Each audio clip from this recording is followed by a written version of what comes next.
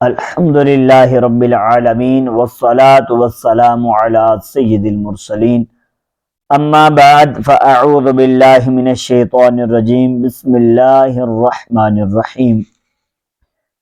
تفسیر قرآن فی صراط الجنان، آیت نمبر 29۔ هو الذی خلق لکم ما فی الارض جمیعا ثم استوى الی السماء فسواہن سبع سماوات وہو بکل شیء علیم۔ وہی ہے جس نے جو کچھ زمین میں ہے سب تمہارے لیے بنایا، پھر اس نے آسمان کے بنانے کا قصد فرمایا تو ٹھیک 7 آسمان بنائے، اور وہ ہر شے کا خوب علم رکھتا ہے۔ هو الذی خلق لکم، وہی ہے جس نے تمہارے لیے بنایا۔ تمام انسانوں کو فرمایا گیا کہ زمین میں جو کچھ دریا، پہاڑ، کانے، کھیتی، سمندر وغیرہ ہیں، سب کچھ اللہ پاک نے تمہارے دینی اور دنیاوی فائدے کے لیے بنایا ہے۔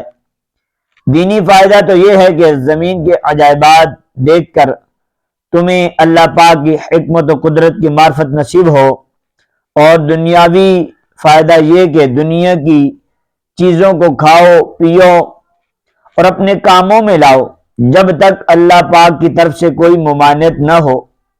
تو ان نعمتوں کے باوجود تم کس طرح اللہ پاک کا انکار کر سکتے ہو؟ اس آیت سے معلوم ہوا کہ جس چیز سے اللہ پاک نے منع نہیں فرمایا وہ ہمارے لیے مباح و حلال ہے۔ وَهُوَ بِكُلِّ شَيْءٍ عَلِيمٌ، اور وہ ہر شے کا خوب علم رکھتا ہے۔ کائنات کی تخلیق اور اسے وجود میں لانا اللہ پاک کے کامل علم کی دلیل ہے، کیونکہ ایسی حکمت بری مخلوق کا پیدا کرنا ایک ایک شے کا علم رکھے بغیر ممکن اور متصور نہیں۔ کافر مرنے کے بعد زندہ ہونے کو ناممکن سمجھتے تھے۔ ان آیتوں میں کافروں کے اس عقیدے کے غلط و باطل ہونے پر ایک عظیم دلیل قائم کی گئی ہے کہ جب اللہ پاک قدرت و علم والا ہے اور جسم حیات کی صلاحیت بھی رکھتا ہے تو موت کے بعد دوبارہ زندہ کرنا کیسے ناممکن ہو سکتا ہے؟ اب آیت نمبر 30۔ وَإِذْ قَالَ رَبُّكَ لِلْمَلَائِكَةِ إِنِّي جَاعِلٌ فِي الْأَرْضِ خَلِيفَةً قَالُوا أَتَجْعَلُ فِيهَا مَن يُفْسِدُ فِيهَا وَيَسْفِكُ الدِّمَاءَ وَنَحْنُ نُسَبِّحُ بِحَمْدِكَ وَنُقَدِّسُ لَكَ قَالَ إِنِّي أَعْلَمُ مَا لَا تَعْلَمُونَ۔ اور یاد کرو جب تمہارے رب نے فرشتوں سے فرمایا میں زمین میں اپنا نائب بنانے والا ہوں، تو انہوں نے عرض کیا کیا تو زمین میں اسے نائب بنائے گا جو اس میں فساد پھیلائے گا اور خون بہائے گا، حالانکہ ہم تیری حمد کرتے ہوئے تیری تسبیح کرتے ہیں اور تیری پاکی بیان کرتے ہیں۔ فرمایا بے شک میں وہ جانتا ہوں جو تم نہیں جانتے۔ وَإِذْ قَالَ رَبُّكَ لِلْمَلَائِكَةِ، اور جب تمہارے رب نے فرشتوں سے فرمایا۔ حضرت آدم علیہ السلام اور فرشتوں کے واقعات پر ضمنی تبصرے سے پہلے ایک مرتبہ آیات کی روشنی میں واقعہ ذہن نشین کر لیں۔ واقعے کا خلاصہ، اللہ پاک نے حضرت آدم علیہ السلام کی تخلیق سے پہلے فرشتوں سے فرمایا کہ میں زمین میں ایک خلیفہ بنانے والا ہوں۔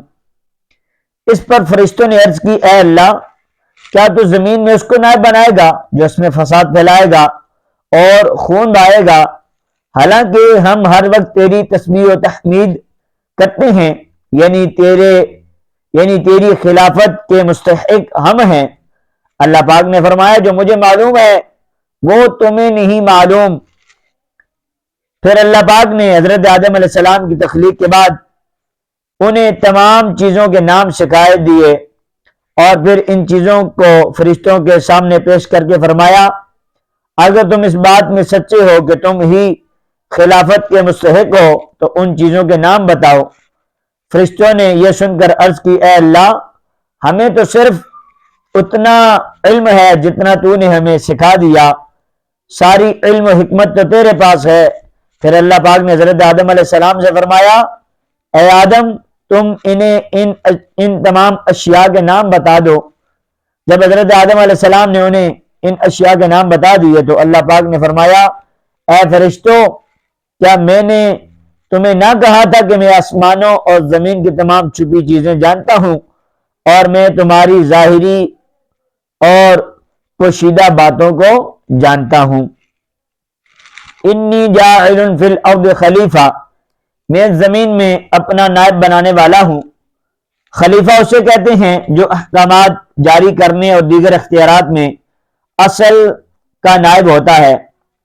اگرچہ تمام انبیاء اللہ پاک کے خلیفہ ہیں، لیکن یہاں خلیفہ سے حضرت آدم علیہ السلام مراد ہیں، اور فرشتوں کو حضرت آدم علیہ السلام کی خلافت کی خبر اس لیے دی گئی کہ وہ ان کے خلیفہ بنائے جانے کی حکمت دریافت کریں اور ان پر خلیفہ کی عظمت و شان ظاہر ہو کے ان کو پیدائش سے پہلے ہی خلیفہ کا لقب عطا کر دیا گیا اور آسمان والوں کو ان کی پیدائش کی بشارت دی گئی۔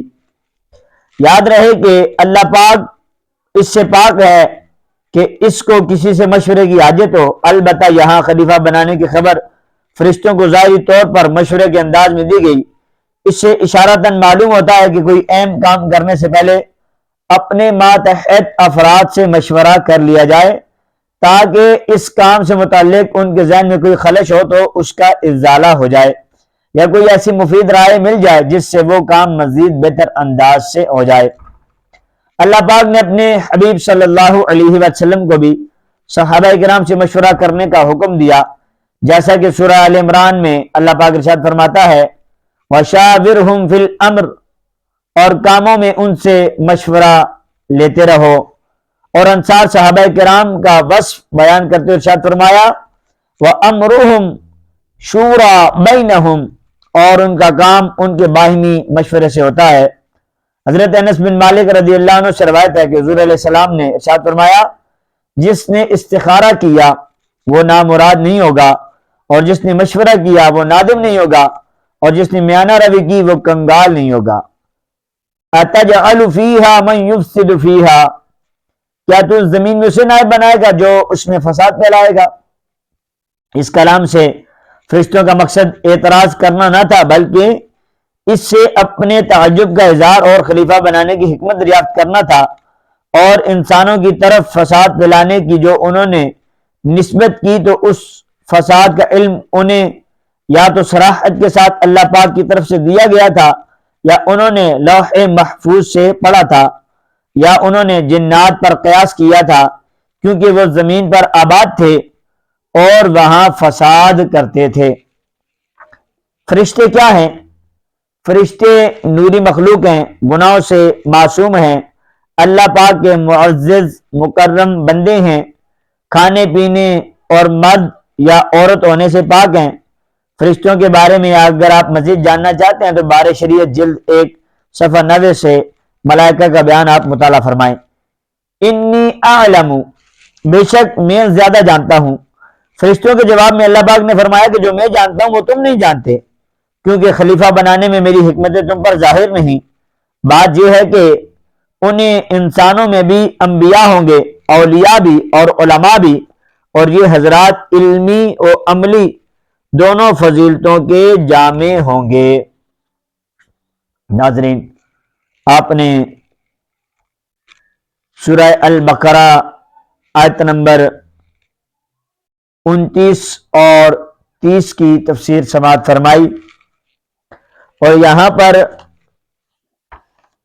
جو اللہ پاک نے اس قرآن مجید کے اندر اپنے بارے میں فرمایا کہ میں ہر شے کا علم رکھتا ہوں، اور خلیفہ بنانے کے متعلق 30ویں آیت کے اندر اللہ پاک نے فرشتوں سے کہا کہ میں اب اس زمین کے اندر اپنا خلیفہ بنانے لگا ہوں، تو یہ 29 اور 30ویں آیت کے اندر جو ہے اسی چیز کا تذکرہ ہے کہ اللہ پاک فرماتا ہے کہ میں نے یہ سب کچھ میں نے بنایا اور میں اب اس زمین کے اندر ایک خلیفہ بنانے لگا ہوں۔